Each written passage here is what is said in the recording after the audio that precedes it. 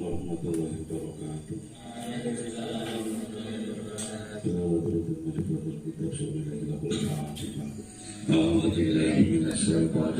Bismillahirrahmanirrahim.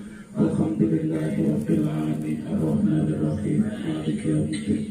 Iyyaka na'budu wa iyyaka nasta'in ihdinas siratal mustaqim siratal ladzina an'amta 'alaihim ghairil maghdubi 'alaihim waladdallin. Bismillahirrahmanirrahim. Wa amal kafaratu ayillati ngadatuka antam huwa al-khoti'ata. Wa amal kafaratu adapun tiga hal yang bisa menghapus dosa, melebur dosa. Ayillati ngadatuka antam wal khoti'ata. Jadi sesuatu yang menurut kebiasaan itu bisa menghapus kesalahan atau menghapus dosa, tapi dosa-dosa kecil, bukan dosa-dosa besar. Nek dosa gede ya kudu tobat karo Gusti Allah, kudu njaluk ngapura karo Gusti Allah. Lah, kalau dosa-dosa kecil itu bisa hilang karena melakukan ibadah. Di antaranya seperti yang dijelaskan di sini, Fatis bahul wudu'i bisabaroti, yaitu menyempurnakan wudu dalam kondisi atau cuaca yang sangat dingin. Kalau di Indonesia kan tidak ada musim dingin, jadi tidak ada alasan untuk tidak menyempurnakan wudu. Nah, mungkin di negara-negara atau daerah-daerah yang di situ ada hawa terlalu dingin atau ada musim dingin, itu bisa jadi mungkin orang-orang itu kadang-kadang ketika wudhu tidak menyempurnakan wudhunya. Artinya yang dikerjakan itu hanya yang wajib saja.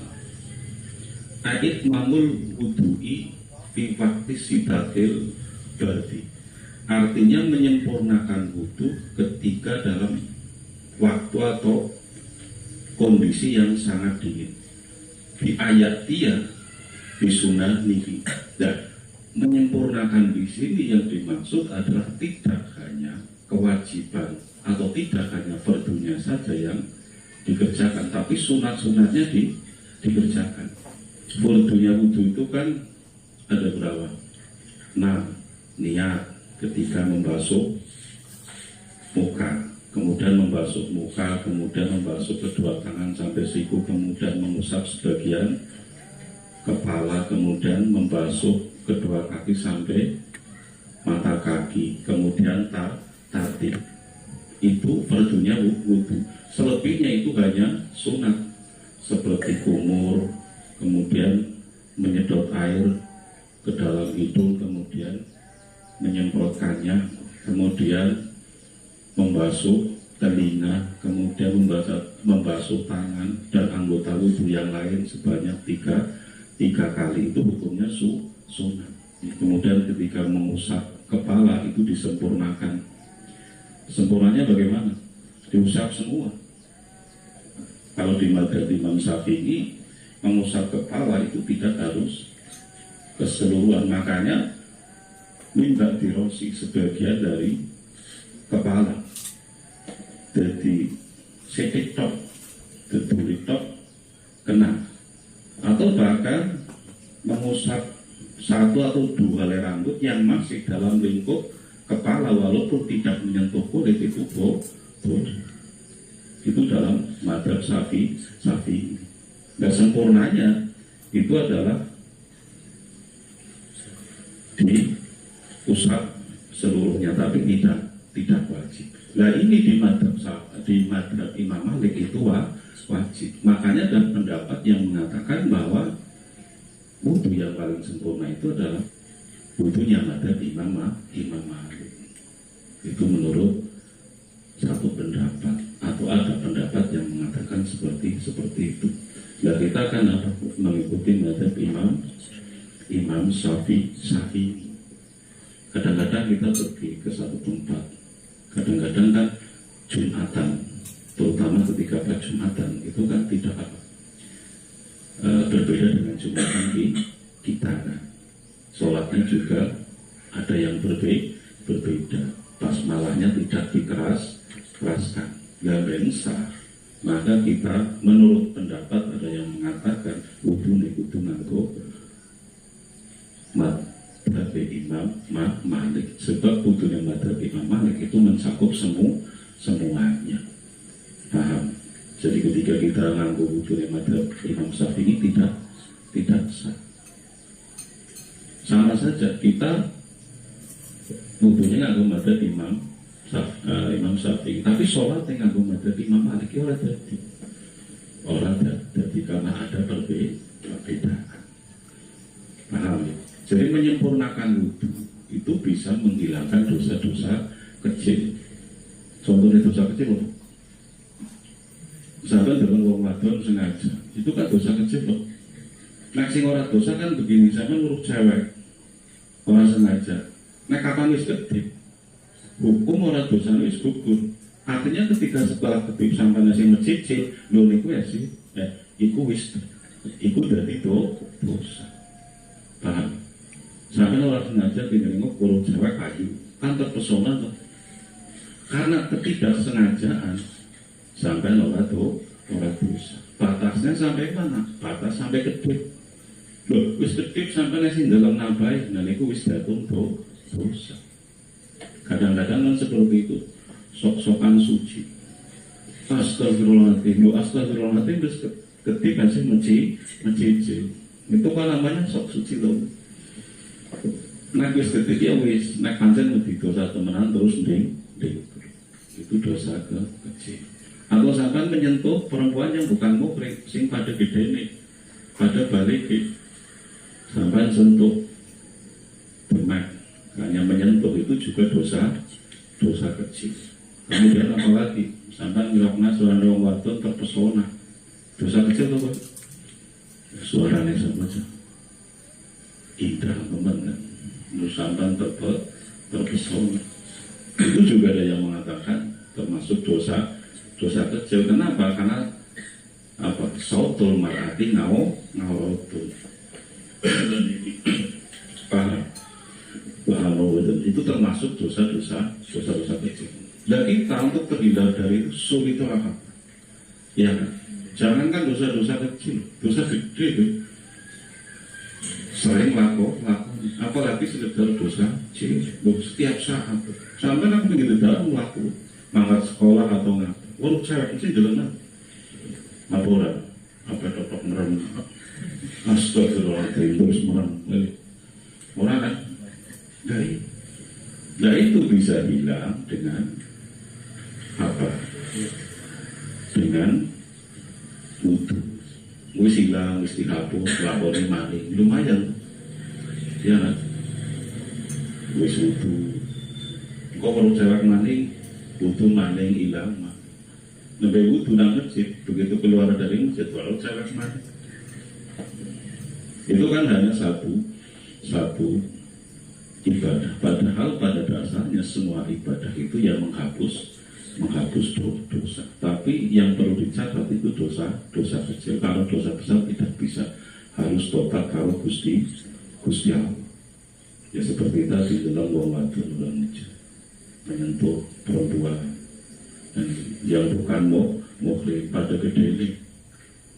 Lah nek ora pada gedene cilik sampean syahwat riwe dosa apa? Sampean ngemak dosa umur 7 tahun kok syahwat dosa apa? Dosa tuh mulai sampai ngapain kalau jadi kosa oleh kasus stop ya kan? Itu yang pertama. Yang kedua apa? Wanaklul adami ilal jamaati. Yang kedua yang bisa menghapus dosa-dosa kecil adalah melangkahkan kaki untuk mengerjakan jamaah. Ila sholati mangal jamaati, artinya melangkahkan kaki untuk menjalankan sholat jamaah. Sampean kamulah mari masjid jamaah. Dan itu kan melangkahkan kaki dan itu bang motor begitu. Fungsi jalan motor aku tuh melaku saat terus jatuhnya itu tiap putaran roda. Ada yang mengatakan tiap putaran roda. Jadi sebenarnya secara garis besar begini, menuju ke masjid untuk menjalankan sholat jamaah itu juga termasuk yang bisa menghapus dosa kecil seperti tadi. Makanya sering-sering jamaah nang masjid, barak-barak masjid pada belum jamaah. Semuanya yang di sini kan dekat masjid toh. Utama nih wong lanang sholat jamaah itu ya nang masjid. Seumpama nurata yang 5 waktu ya minimal maghrib dengan isya aja 5 waktu sama sekali. 12 orang melakoni jamaah nang masjid. Sing parak musola ya nang musola. Karena utama nih wong lanang sholat itu di dalam masjid, berjamaah di dalam masjid. Apalagi ada hadis yang mengatakan apa? Orang sempurna sholatnya wong sing parek masjid kecuali sholatnya nang jero masjid berjamaah. Itu yang kedua. Kemudian yang keberapa? Ketiga, wa in tidur sholati ba'da sholati, dan menunggu sholat setelah sholat. Liyusolliha fil masjid, untuk mengerjakan sholat di dalam masjid. Wan tidur sholati ba'da sholat, dan yang ketiga adalah menunggu sholat setelah sholat. Liyusolliha fil masjid, pamithluhu intiduru uli khairin. Jadi menunggu sholat setelah sholat. Sampai pada sholat tahiyatul masjid, setelah sholat qobliyah, kemudian sampai menunggu jamaah. Ini namanya intiduru sholat ba'da sholat. Kemudian semisal dengan itu adalah intiduru uli khairin, menunggu setiap kebaikan. Menunggu melakukan setiap kebaikan itu juga menghapus dosa kecil. Contohnya nopo, sampai berjamaah sholat isya, datang ke sini menunggu ngaji. Sampai setiap saat menunggu sholat. Setelah sholat duhur, sampai menunggu sholat asar. Setelah sholat asar, sampai menunggu sholat maghrib, dan seterusnya. Itu juga termasuk intiduru sholat ba'da sholat. Paham? Nah, intiduru uli khairin itu bilang-bilang. Kalau menunggu setiap kebaikan itu banyak. Sampai kudu ingat apa? Dawuh Kanjeng Nabi Muhammad sallallahu alaihi wasallam. La sodiro tamangal isra, wala kabiro tamangal istighfar. Tidak ada dosa kecil ketika disertai dengan terus-menerus. Dosa cilik kami terus-terusan dilakoni, orang mepil dihapus, orang mepil bilang lama-lama juga menjadi dosa besar. Nah, dari dosa gede itu lebih sulit untuk menghapusnya atau meminta ampun. Bukannya sulit dalam arti Gusti orang ngapura, tidak. Wonge lho dadi tambah awang-awangan jaluk ngapura karo Gusti Allah. Wong cilik berawang-awang ngapura, apalagi wis gede. Kan seperti itu. Nah, kemudian apa? Wala kabiro tamangal istighfar. Tidak ada dosa besar ketika disertai dengan istighfar atau ditobati karo Gusti Allah. Jadi dosa gede yang apa ketika ditobati ya di ngapura karo Gusti Allah. Saking maha pengapurane Gusti Allah. Makanya wong niku nek dosane gede yang apa rusak cilik ngati, kelakuan orang bener yang apa rusak cilik ngati. Sebab akeh-akeh dosane wong, segede-gede dosane wong tetep esih gede pengapurane Gusti Allah, masih luas ampunane Gusti Allah. Makanya jangan pernah putus asa. Seumpamane ana wong dosane dosane akeh. Wis yakin mawon tobat karo Gusti Allah, pasti diampuni oleh Gusti Allah. Bismillahirrahmanirrahim. Wa maqolatu te maqolah atamina tanga syarota kang kaping 18 nan Ibrahim an-Nakhomi saking Ibrahim an-Nakhomi radhiyallahu anhu. Inama halakaman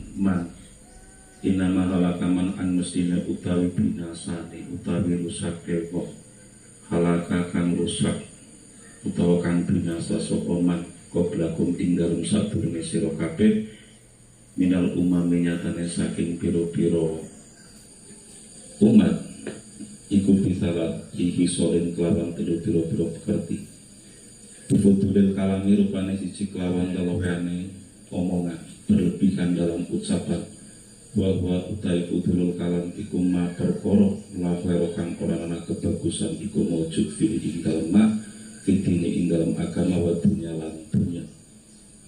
Berlebihan dalam berbicara itu maksudnya yang tidak ada kebaikan di dalam urusan agama dan urusan dunya. Omongan sing ora ana faedah, ora ana manfaate, sing ora ana apike baik dalam urusan dunia ataupun urusan agama. Wa fudulut tongami lan wa fudulit tongami wa fudulut tongami lan keluwehan panganan. Wa utai fudulut tongam iku ma perkara layak nihi kang ora manfaati apa maning man.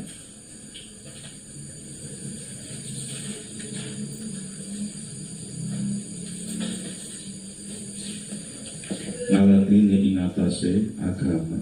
Berlebihan dalam makanan itu maksudnya apa? Awake sing kuat ibadah, sing kuat nglakoni aktivitas asik warik ya mangan mani. Ini namanya nopo berlebihan dalam makanan. Jadi masih bisa beraktivitas, seandainya tidak makan pun masih kuat, asik, anak tenaga, asik kenyang, kok makan lagi. Ini namanya berlebihan dalam masalah makanan, dan itu tidak ada manfaatnya dalam agama. Ndadekno wong males niku kan karena terlalu kenyang.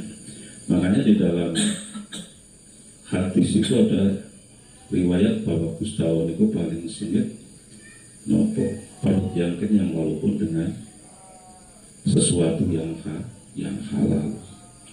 Jadi warak mereka terlalu kenyang dengan makanan yang halal saja Gusti Allah benci, apalagi ketika perut kenyang dengan sesuatu yang halal.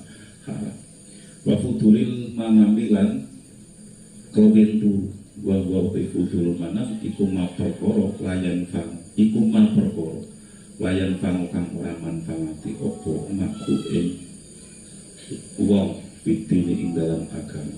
Terlalu banyak itu juga dampaknya ora apik. Gagal turun itu dadekna bodoh, dadekna jomblo, dadekna nopo males. Wong kagak turun sendiri itu menunjukkan orang yang malas. Terlalu banyak tidur itu juga menunjukkan, itu saja menunjukkan orang yang malas. Assalamualaikum warahmatullahi wabarakatuh.